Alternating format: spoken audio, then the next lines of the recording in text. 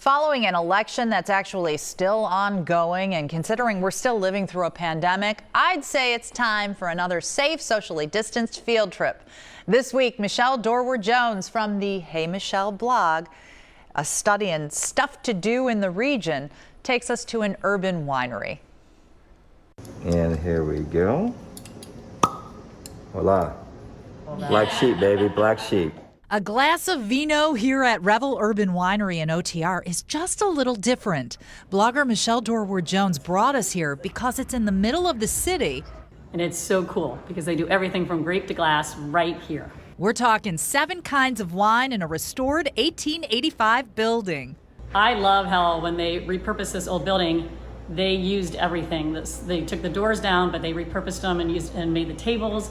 The front of the bar is all the wood that they had to take down. It's been an amazing experience bringing this building back to life because it was not being used for the longest time. And if you're wondering about the black sheep you see on the corks, on the wall, and on the bar, owner and founder Anthony Maieron explains. Kind of just kick the norm to the side and we just deviate and just follow our passion. So the idea of a black sheep is kind of just do your own thing, be who you are, and people will follow.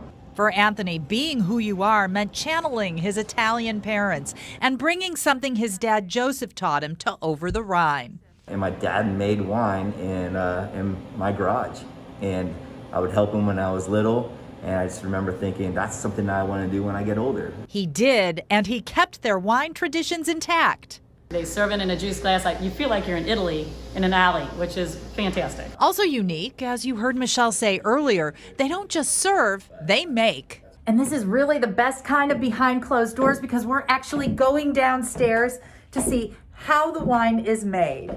We got a little lesson in Ohio-grown Cabernet Franc. You know, it's actually one of probably the most important grapes for making dry red wine in Ohio.